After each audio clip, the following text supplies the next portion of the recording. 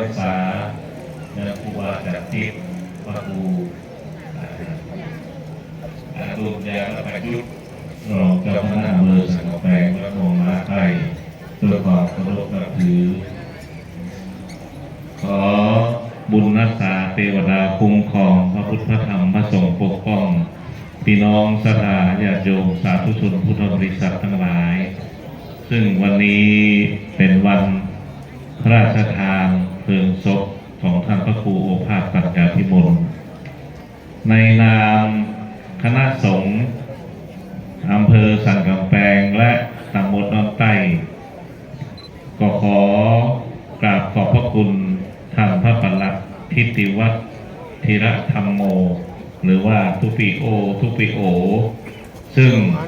เป็นศิษย์กตัญญูพี่น้องทั้งหลายปราสาทนกหัสดีลิงตลอดถึงดอกไม้อันสวยสดงดงามเปรียบเหมือนวนอุทยานในป่าหิมพานต์เหมือนอาจารย์เบียร์บอกอันนี้ก็โดยเป็นฝีมือและไอเดียของท่านพระปลัดทิติวัฒน์ธีรธรรมโมท่านเจ้าอาวาสองค์ปัจจุบันนับว่าเป็นบุญอันยิ่งใหญ่ที่พระครูโอภาสปัญญาภิมลได้ลูกศิษย์ลูกหามีความกตัญญูกตเวทีน้อมกายน้อมใจเสียสละเวลาอันมีค่าช่วยกันส่งสการตามข้าเป็นวาระสุดท้ายแห่งเมื่อกี้นาทีตู้ลงยันตู้ปิยันก็จะคืนสู่ธรรมชาติลงไปสู่ดินไปสู่น้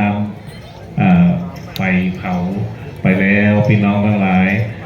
ในฐานะที่เป็นคณะสงฆ์ในตำบลดอนใต้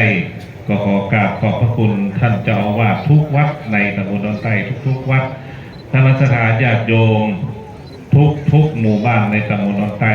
จ้างฟ้องทุกคณะในตำบลดอนใต้ในพระสงฆ์ก็มีท่านพระครูสันติธาดาเป็นประธานท่านเจ้าอาวาสทุกวัดแล้วจะลืมเหตุบันไดด้วยความสามัคคีพร้อมเพรียงที่หลวงปู่ล่าเคยบอกไว้ว่าสามัคคีธรรมนำมาซึ่งความสุข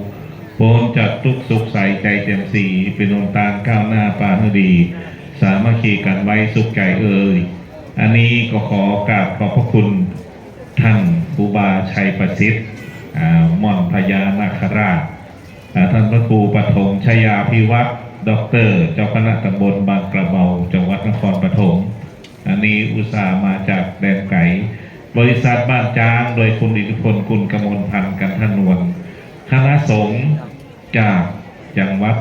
ยังใหม่ยังหายแป่น่านลำปางทุกท่านที่เสียสละเวลามีค่าโดยมาอ่านคุณงามความดีของทุปิโอได้ไปจ่วยเหลือทุกสิ่งทุกอย่างก็มาพร้อมหน้าพร้อมกากันด้วยความสามัคคีธรรมและขอขอบคุณอนุโมทนาอย่างดร.ชวีวรรณคำพานายกสมาคมการเลี้ยงไก่ในพระบรมราชูปถัมภ์แห่งประเทศไทยโรงทานทุกโรงทานคณะสัตยาวัดพิมพ์อ่อนทุกครัวเรือนบางครั้งบางคน3 เดือนต้องมาเก็บดอกไม้ดอกรักใส่การเป้าทีละอัน3 เดือน 4 เดือนโดยน้ำจิตน้ำใจด้วยความเสียสละ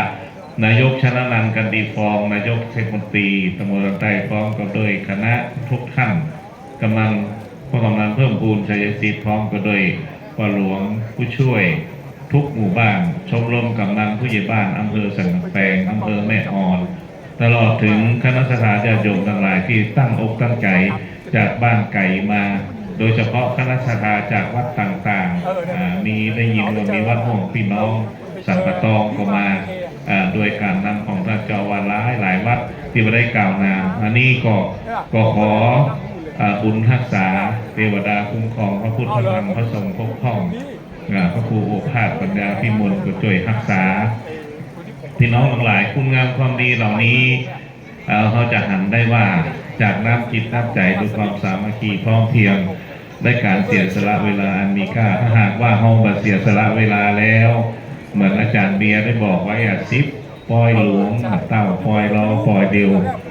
เพราะฉะนั้นคนที่มาวันนี้ก็ขอให้ตั้งจิตอธิษฐานให้ดวงวิญญาณของท่านพระครูโอภาสปัญญาพิมลหรือว่าตุลุงยันตุปิยันตุนายันขณะนี้สิ่งสถิตอยู่แห่งหนตำบลในเทือนถ้ำแม่น้ำคูหาถนนหนตามวัดวาอารามสถานที่แห่งใดก็ดีก็ขอจงมาฮับมาฮู้มาพอว่าทั้งคณะสงฆ์สามเณรตลอดถึงสถานญาติโยมทุกท่านที่มาร่วมทำบุญในวันชาปนกิจในงานพระราชทานเพลิงศพนี้พี่น้องทั้งหลายบุญกุศลที่ท่านทั้งหลายได้กระทำมาปุจจาลัวก็ดีปุจจาผ้าจีวรก็ดีตลอดถึงมาร่วมงานแล้วก็ขอทุกโศกโรคภัยข้อหามยามร้ายโรคภัยไข้เจ็บอุปสรรคอันตรายมาผจญคนดิชาสิ่งอัปมงคลธุรกิจนิสินถ้ามีก็ขอฝากตุนายันตุลงยัน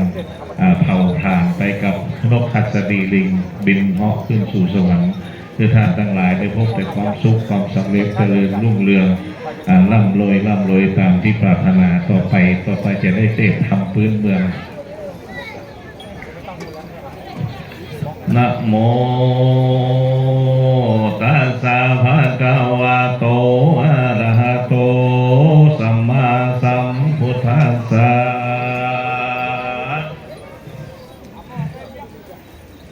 สุรังนามหินิยังพุทธเสถังนามิตัวพุทธกัตตาสะสักจังธรรมันจะสังขัญจะนามิตัวสักกาลจนะปะทังมาลายามนามวัตถุปรมัตถวิจิตังอาลัพพิสังสัมมาเสติสาทโวดูลาสัพพุริสะตั้งหลายอาจารย์เจ้าตนแต่งกัมปีมาลายนิหาตั้งไว้คือเป็นติไวและสักการะผู้จ้าแก่คนและเทวดาทั้งหลายเพื่อให้หายอนทาลายตั้งไปในและไปนอกทุกดาวขอคันทะสีมาโดยกัมปีมาลายนี่แหละนาตามตะกหาบาดีแห่งบาปอานักขาเจ้าตั้งหลายเพิ่งรู้ดังจักวิชัชนาไปนามีเตือนนามีตัวผู้คาก็ไว้ยังพนาวโรกุตนะธรรมเจ้าเก่าพักการก็ตั้งพระปริยัติธรรมดวงงามผาเสดตั้งบังเกิดแก่พระอุลานามีตัวผู้คาก็ไว้ยังพระอริยสงฆ์อันทาลงจักุลปริสุทธสินใสสะอาดตนปฏิบัติตามมาร้อยบาทพระพุทธบาทสัพพัญญูนำเอาคำสอนตนผู้โลกลาให้บังเกิดศรัทธาประสาทะแก่กล้าแก่คนและเทวดาทั้งหลายในกาลบัดนี้คณะสงฆ์และศรัทธาประชาชนทั้งหลายก็ได้น้อมนำยังมาบัตุบุภาลาจาดวงดอกเขาตอกดอกไม้และลำเตียนมาปูชาฟังมาธรรมเทศนามาไล่โพดในกาลบัดนี้ก็เพื่ออุทิศส่วนบุญส่วนกุศลไปหายังดวงวิญญาณของครูบาสายันปัญญาวชิโรหรือว่าพระครูโอภาสปัญญาพิมลในกาลบัดนี้ก็ถึงเวลาที่เจ้าสมณสถาและมูลสถาทั้งหลายจงมาส่งสักการะต้านคาบนางสรีระร่างของท่านพระครูเพื่อสูญสลายในกาลบัดนี้โดยภาราอานิสงส์ในการฟังธรรมแด่จัดการจัดงานทุกสิ่งทุกอย่างในการและบัดนี้ก็ขอเป็นพลานิสงส์จากทุกปัจจัยไตยตานุนส่งถึงยังดวงญาณของท่านพระครูโอภาสปัญญาพิมลที่ได้รับได้หูได้รับส่วนบุญส่วนกุศลและนำตนตัวทุกสิ่งทุกอย่างของตอนนี้ก็ขอจงไปกายเกิดเป็นข้าวทิพย์น้ำทิพย์อาหารทิพย์ในชั้นวิมานสวรรค์ชั้นฟ้าตามคติวิสัยที่ท่านพระครูปรารถนาในกาลนั้นทุกสิ่งทุกประการเนติตังกิยาสังวันนาวิเศษจาห้องเหตุยังมาไล่โทษนั้นย่ออันแค่ก็บังคมสงและสาเดสาธุในเมตตาพระครูวิสุทธิเขมรัตน์ รองเจ้าคณะอำเภอสันกำแพงเทศนาธรรมคือถูกต้องตามโบราณปอสังเขปเพื่อจะอุทิศส่วนกุศลตามโบราณอริยะอุทิศส่วนกุศลไปกลปนาผลแก่ดวงวิญญาณพระครูโอภาสปัญญาพิมลแล้ว ต่อจากนี้ไปจะถวายทายธรรมปูจากันเทศเก้ากระผมนิมนต์ครูบาพระมหาชัยประสิทธิ์ได้โปรดเมตตาเป็นเจ้าภาพเกณฑ์ถวายจตุปัจจัยทายธรรมบูชากันเทศอาจารย์พระมหาครูบาชัยประสิทธิ์นั้นได้รับเป็นเจ้าภาพในการจัดทำกระเป๋าอันเป็นสังฆทานถวายแก่พระภิกษุสังฆะทุกรูป200 กว่ารูปนะครับเด้อการบัดนี้ได้เมตตาแล้วนะครับเจ้าหน้าที่น้ำยาข้างหลังมาถวายอาจารย์อาวรชุบน้ำยาตะกี้ไปไหนครับชุบน้ำยาอาจารย์นีมเอาน้ำยามาลูกมาแล้วครับมาเดี๋ยวก่อนมีชุบหลังมีน้ำยา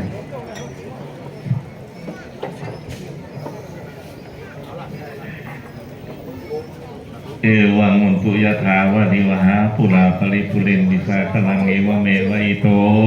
ตินังเปตานังอุปกปปติอิจิตังปฏิตังตุมังคิปะเมวะสมิจฉันตุสเพปุเรนตุสังกปาจันโนปนลโสยถามณิโตติลโสยถาปัตนีไมมีอาเจ้าสมณสถาและมุลสถาไมมีท่านครูบาชัยประสิทธิ์พร้อมด้วยพระประหลัดทิติวัฒน์ธีระธรรมโมเป็นเป็นประธานทางด้านพระสงฆ์สภาต่างไปนอกหมายมีคุณอิทธิพลคุณกำมลปันกันท่านนวลพร้อมก็โดยคณะสัตยาโยมทั้งหลายได้น้อมนำมายังจตุปัจจัยเนียทานถวายฟังธรรมต่อสรีระร่างของท่านพระครูในการและวันนี้ก็ขอเป็นพระอานิสงส์คือท่านได้รับส่วนบุญส่วนกุศลนำตนตัวไปสู่สุคติโลกสวรรค์ที่ปรารถนาหากได้รับแล้วก็ขอจงพลิกมาปกปักรักษาอย่างเจ้าสมณสถาครูบาชัยประสิทธิ์พระครูประหลัดทิติวัฒน์พร้อมก็ได้คุณอิทธิพลคุณกำมลผ่านพร้อมก็ได้ครอบครัวคณะสัตยาวัดทิมพรสถาทั้งหลายเป็นมาร่วมในการและวันนี้มีความสุขความสำเร็จนึกคือสิ่งไหนก็ขอให้ทรงกันกรรมกรรมภาธนาเพื่อเป็นคนตีหลังตีรวยได้ช่วยเหลือสังคมมนุษย์พระพุทธศาสนาไปตลอดที่การยาวนานปัญญาสารนั้นจึงมีเป็นเตรีโสยาธิธรรมโมจายังคติโตเปตานปูชาจักตาอุลาลาพลัญจะภิกขุนมนุปปฏินังตุเนหิคุณังปสุตังอนัปปกันติ